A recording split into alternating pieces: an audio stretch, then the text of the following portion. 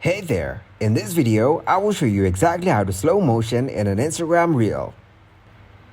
Open up Instagram. Click on the upload icon from the bottom. Tap on the Reels option. Click on Camera to record a reel. You can set the reel timings from 15 to 90 seconds.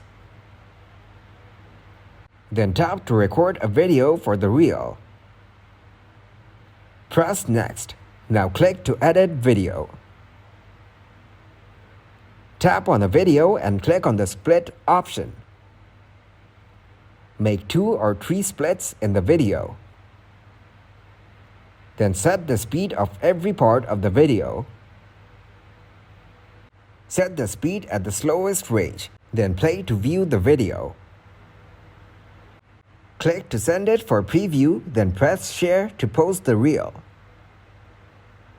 Thank you very much for watching, and don't forget to like the video and subscribe to the channel.